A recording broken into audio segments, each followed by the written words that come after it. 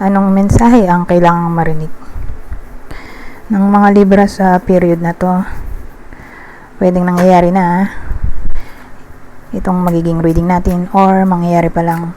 Kung hindi man para sa inyo itong magiging reading natin, edi baka para sa someone na malapit sa inyo o sa someone na kakilala nyo mismo.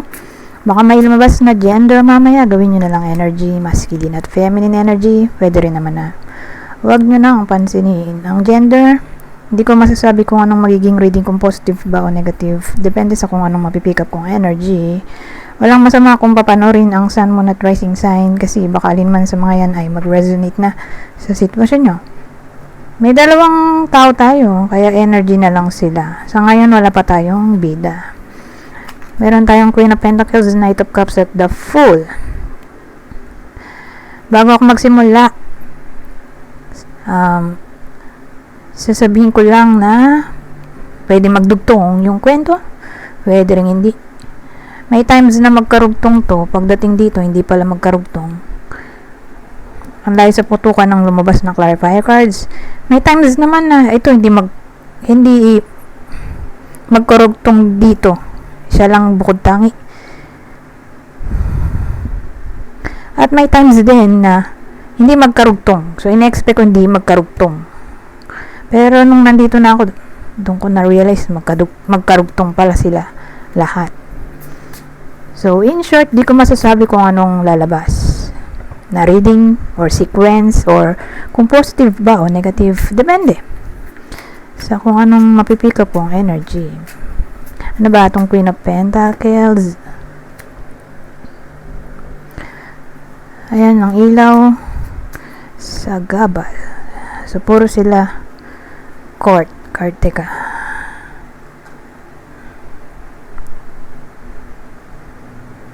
ayan, ay court card, dito lang palang court card. Pero pag nakita ko kasi itong Emperor, tao rin siya, depende.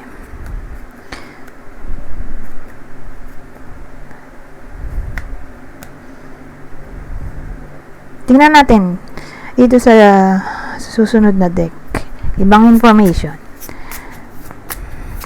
Pero again, mga tao sila, biniview ko sila as group of people.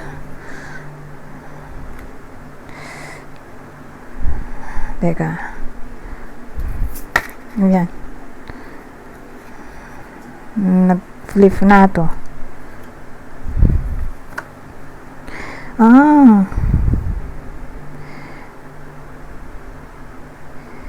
Well, ang dating sa akin, group of people talaga, more like friends. Mag-ingat kasi may isa doon, or may ilan doon ay toxic. Paano naging toxic? Mala backstabber or fake. May mga sinasabi siya against sa bida natin. Siyempre bida natin ay Libra. So dun sa group of people, friends nyo, may ilan doon, isa or ilan na may sinasabing masama sa Libra.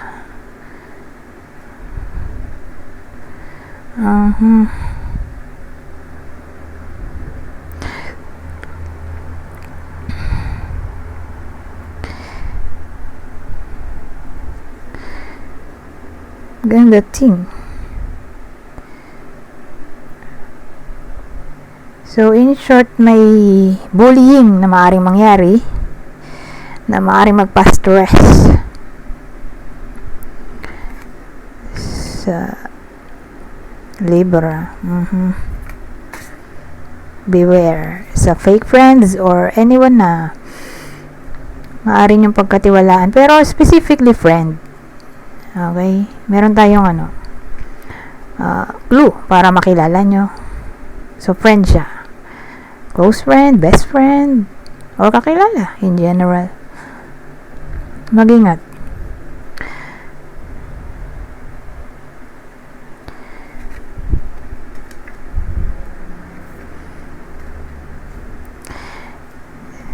So, tingnan natin kung magdurog tong bato dito.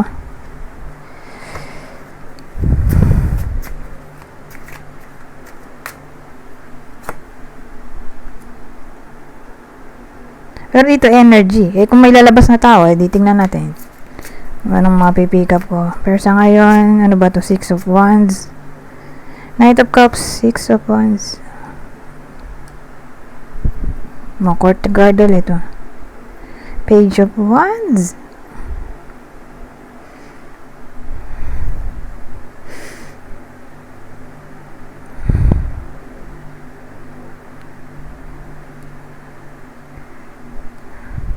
Dagdagan ko. Ngayon lang nangyari na marami akong dinadagdag. Depende sa mood ko. Usually dito lang eh. Dito lang ko ginagamit to. Pero tignan natin. Kasi hindi ko masabi kung magkarugtong ba sila eh. Literal na description, walang topic. So ito yung topic natin. Lalaki. O dito sa part na to. Lalaki. Sabagay, lalaki rin naman to. Lalaki rin yun. Pero specifically, lalaki.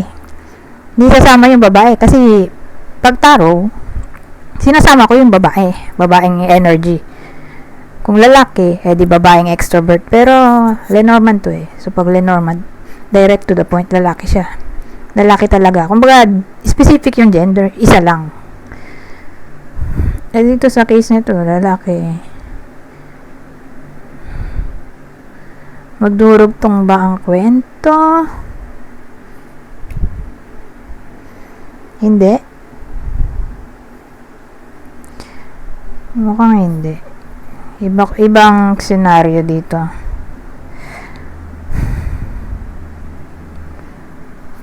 So, iniisip ko kung career ba to or relationship. Pero hindi siya friendship. Doon sa kanina, friendship. Dito. Ngayon,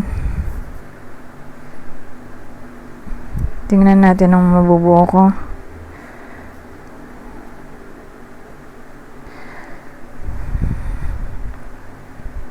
Mukha siyang may sisimulan na something new.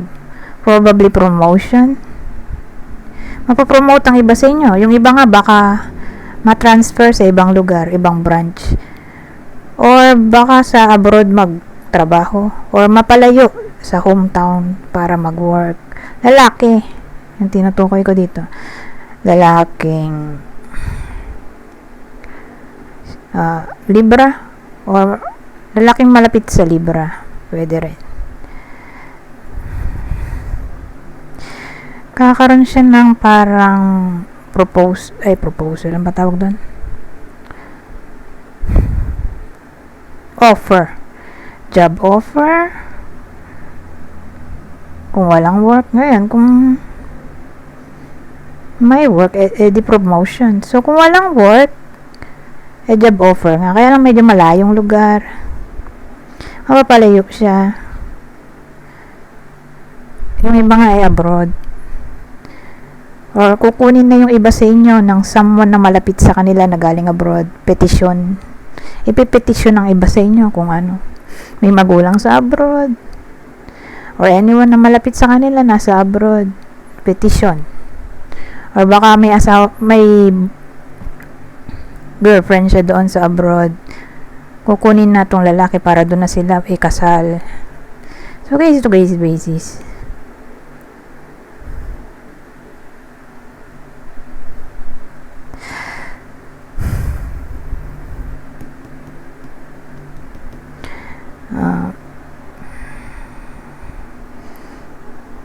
Ayan, ganun ang dating sa akin. Ma-relocate. Dahil sa work.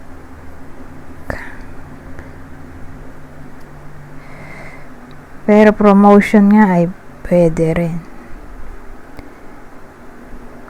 So, immigration, migration.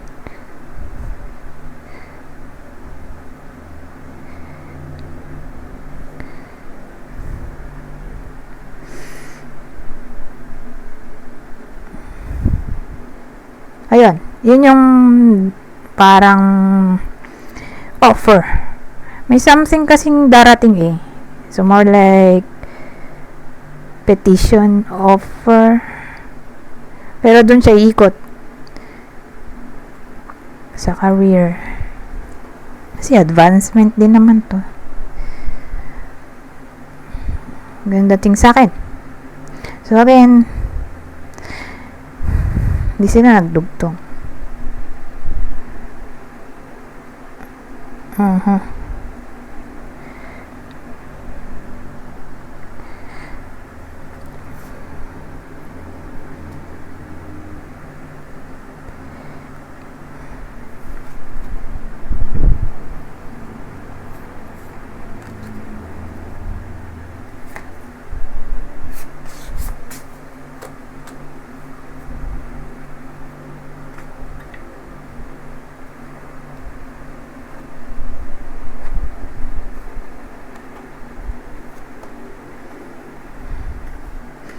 Ngayon, dito naman tayo sa The Fool.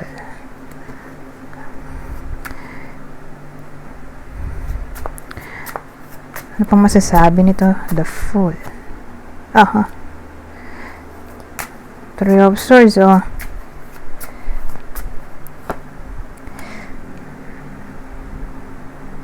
May ilaw nga lang sa part na to at hindi ko na maayos kasi malayo yung ilaw. Ayan, so ito ha. Clarifier cards ito. The Fool can clarify ng Three of Swords. Bakit? Three of Swords at ano to? Four of Pentacles.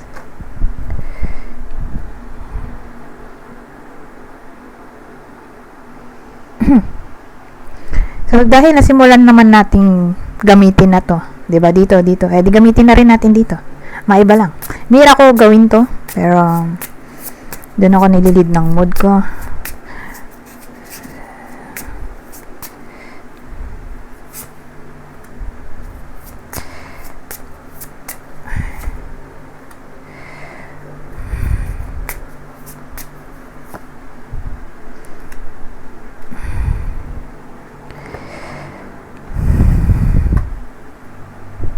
So, ano to? Meron tayong ano kanina, di ba? The Fool.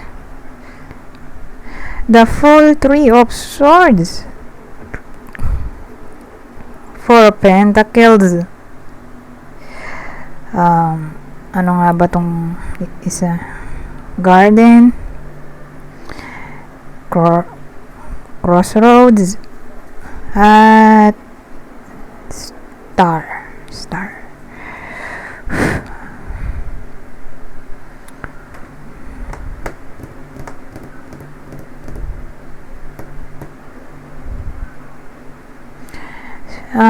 Anong topic dito? May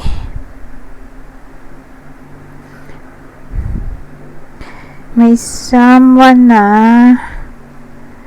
aligaga.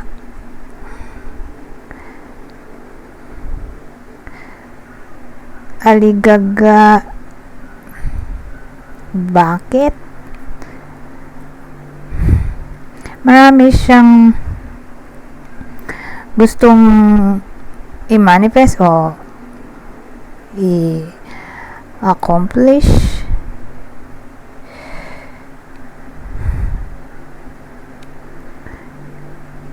Kaya lang for some reason hindi pwede.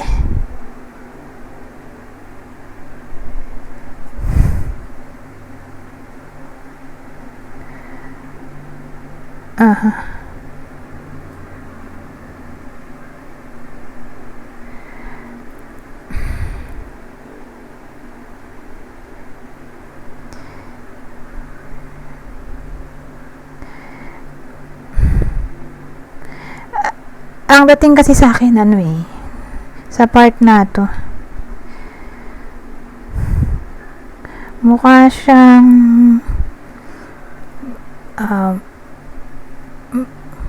maraming gusto, 'di ba? Inisip ko kung ano ba 'yon.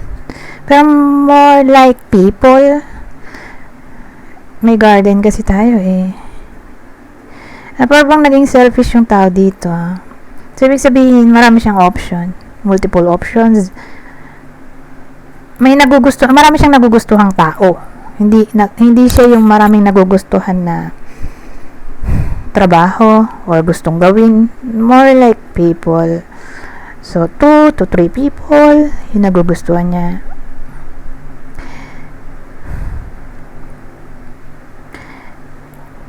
Ngayon, baka lahat yun. O isa. Ewan ko. Pero may 3 episodes tayo na parang na broken hearted siya.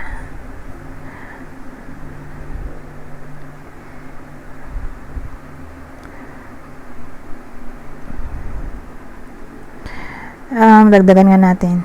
Kasi, single ba to? O in a relationship? Ayan. So, single ba yung bida dito? Kasi okay lang naman, di ba? Marami kang ligawan kung single ka. Kung in a relationship, kakagusto ko pa sa iba. Di ba?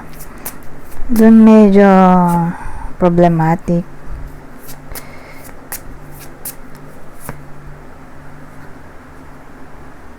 Single, hindi more like in a relationship. O, 2 babae, 1 lalaki. Lalaki pala yung nakakagusto pa sa iba. In a relationship na siya. Ewan ko sino bang jowa niya dito. Ito siguro. Ito palang jowa niya. Dahil pare silang diamonds. Ito yung other person.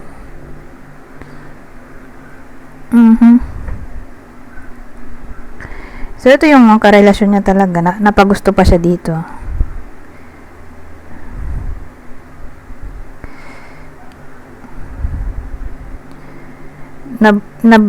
Kaya pa 3 episodes dun. 3 talaga. Pero, anong meaning nito? Na broken hearted ba siya sa original? Binirake ba siya? Or binirake siya nitong nagugustuhan niya, ayaw sa kanya?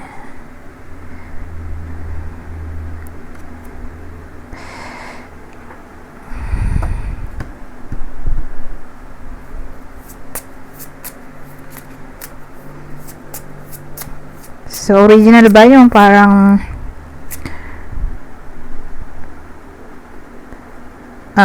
nag-cause ng pain sa lalaki? Kasi may 3 of swords. Or nakipag-break. Tingnan natin. So, yung original ba? Yes or no?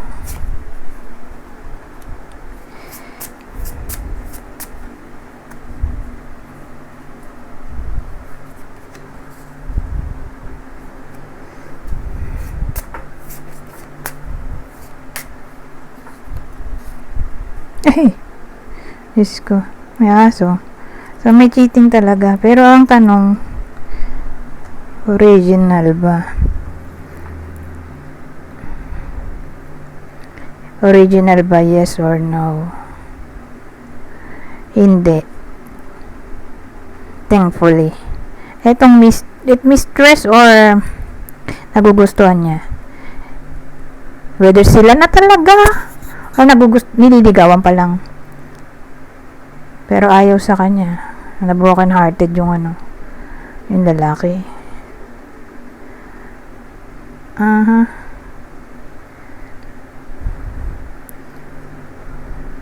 Pwede ring ex-wife or ex-girlfriend to.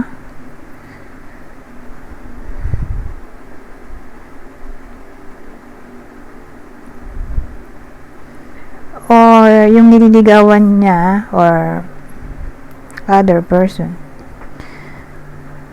ay may anak na.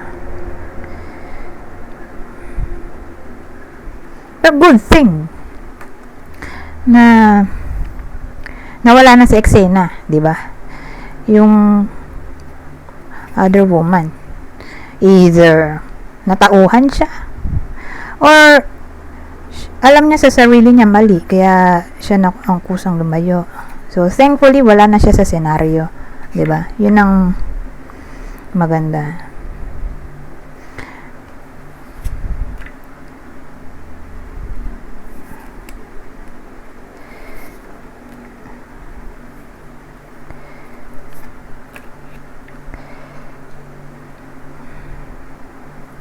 So, dito sa last card natin, di naman sila nagdugtong-dugtong, di ba? Kakaiba. Dito sa last deck natin, yung lalaki. Whether yung nanonood, yung lalaki dito, or person nyo to, kung babae kayo, or kakilala nyong lalaki, yung maaaring tamaan ng reading. Kasi, case to case basis pwedeng kayo tamaan ng reading or kakilala. Pero hopefully, yung iba na lang. Iba na lang ang tamaan, di ba? Kasi mamang problema kayo dito. Although, thankfully nga, nawala na sa eksena yung babae, yung other woman. Pero may stress pa rin kayo, di ba? So, and the team. Pero sana nga wag na lang, no? Yung pala dapat ang the best explanation. Wala na sanang tamaan ng reading. Kasi kawawa din naman kung sa iba tumama yung scenario dito, di ba? So, hopefully,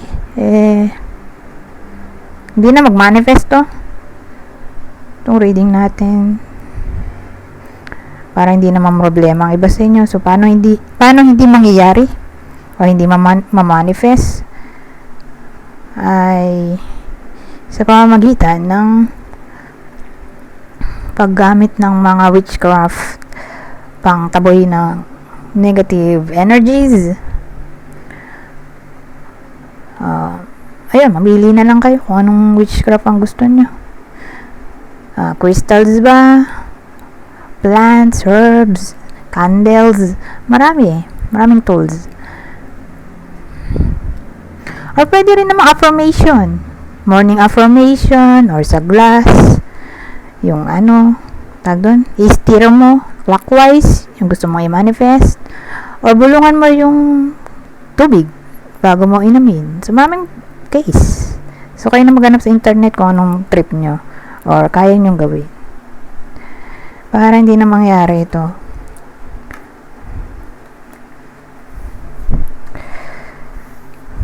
Diba? Kasi hindi nga natin alam kung kanino tatama. So, mas magandang protektado. Meron na kayo kaagad na anting-anting na maaring protection sa inyo laban sa negative energies.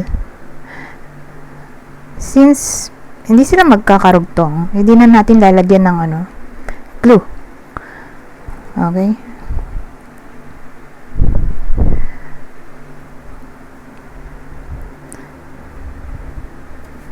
Dito na lang tayo sa susunod. Kasi kung magkarugtong sila, maglalagay ako ng tawag doon, yung possible person ng Libra na, yun nga, maaring tamaan ng reading or kakilala. Pero since hindi nga magkakarugtong, dito na lang tayo. Ano pang masasabi nito?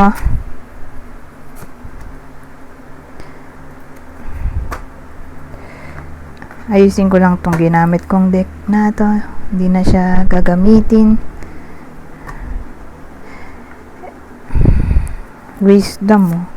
Wisdom, trust.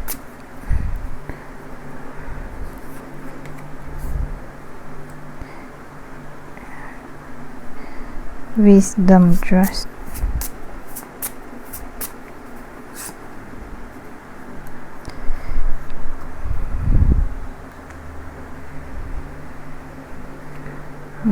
So, anong topic dito? Wisdom, trust. Tingin ko, all about family to.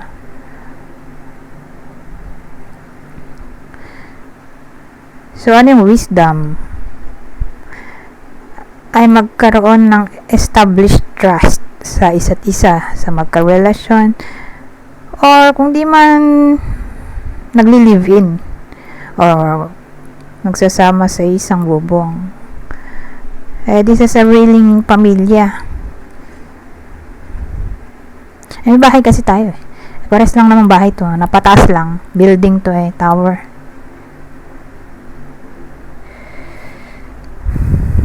Magkaroon ng... Ang wisdom ay magtiwala sa mga taong nakakasama sa bahay. Okay? Ganun dating. Regardless kung karelasyon yan, tawag doon, karelasyon, kapamilya, relative, yung parehas kayong nasa apartment, na ba tawag doon?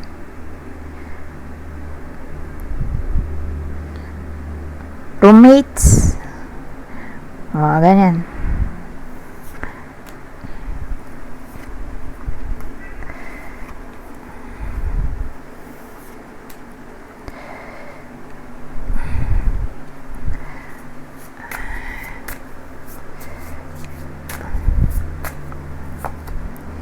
Ito, protection. Onion.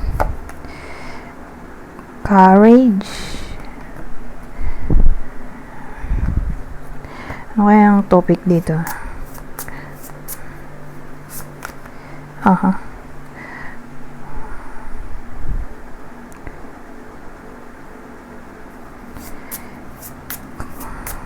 Coffee eh.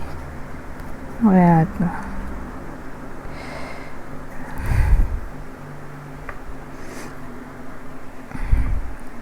Well, ang dating sa akin, maaring maka-experience o baka nga nangyayari na to. Yung experience na sinasabi ko ay all about heaviness, draining energy,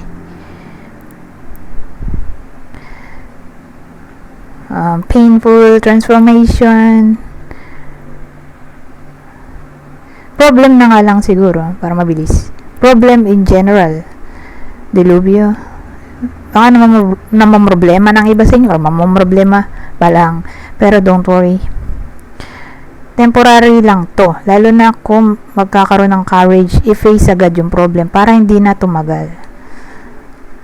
So, protektado ang Libra ng universe kung sakali nga na harapin agad etong problem na sinasabi ko. Ito temporary. So, temporary lang yung problem. Don't worry. Temporary siya kung i-face agad ang problem. Kung hindi i-face ang problem, edi tatagal.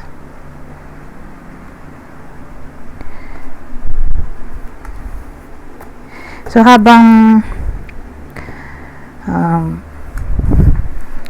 ginagawa ng paraan ng Libra, ayusin ang dapat ayusin. Protektado naman siya ng universe. Ganun dating. Or supported ng universe sa bawat action na gagawin. Basta harapin lang ang problema. So, depende kung ano bang problema nyo. Bato, purification.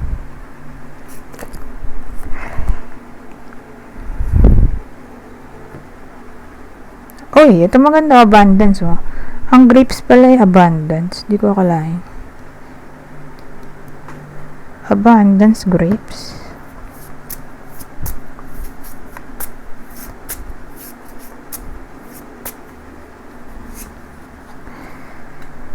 Purification. Abundance moon.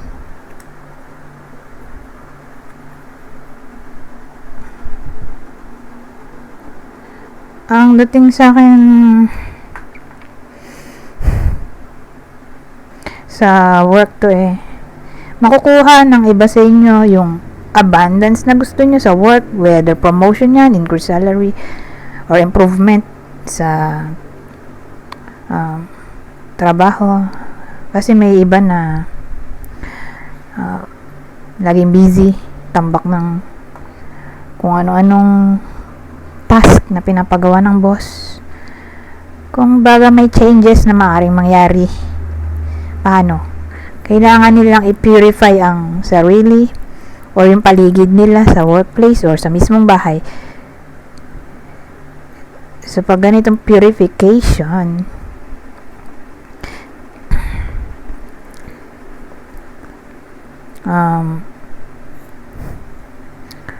kailangan maglinis ng gamit, maglinis ng bahay, magupit ng kuko, or gumamit ng mga pausok pang tanggal negative energies.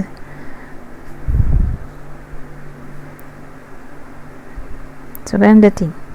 Kailangan linisin ang environment para ma-purify yung energy sa paligid para makuha tong abundance or promotion. Ngayon, kung di applicable at walang work yung iba sa inyo, sabihin natin kung mag-a-apply, mas mainam nga na linisin ng sarili, siguro pati thoughts, wag masyadong pessimistic, para makuha itong new job, kung yun ang gusto.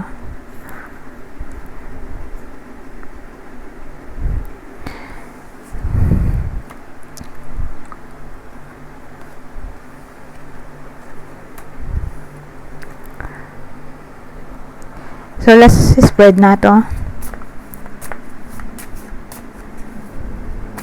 Pero hindi pa to last deck. Last spread lang. Meron tayong healing. Longevity, At pang matagalan na tong healing. Ano kaya yun? Mauubos na rin kasi itong deck. Itong deck na to, kailangan na mag-stop.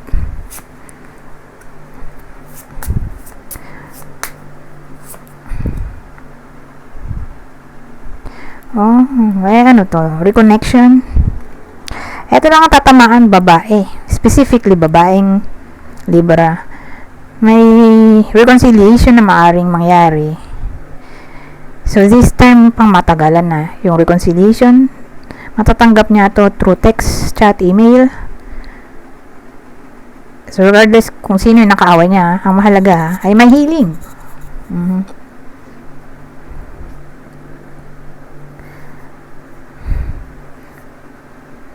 Depende. Kung wala naman nakaaway, paano naging healing? Di good news yan. Lalo na nga kung namumroblema ang iba sa inyo. So, yung problema, nagkaroon ng healing. Okay?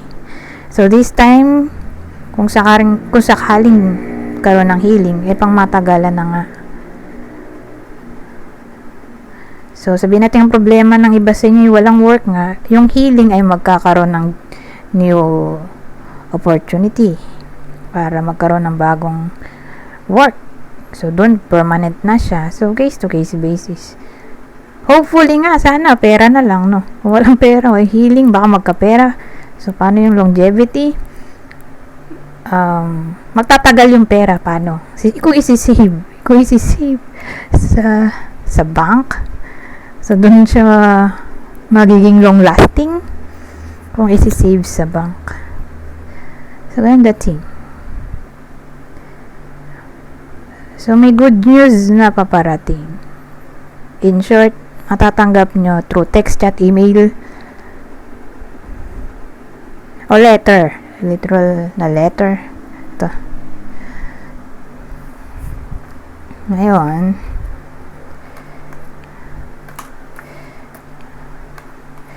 ito na yung last deck na sinasabi ko. Babasahin ko na lang para mabilis. Kunin nyo lang yung mensahe na sa tingin nyo ay fit sa sitwasyon nyo. General advice at prediction na to sa period na to. Sasabi, break free. Try different ventures and experiences as a way to grow and learn. Ito, contemplation time.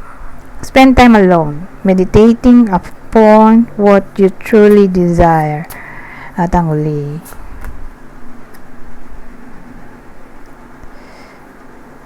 sabi, pay attention.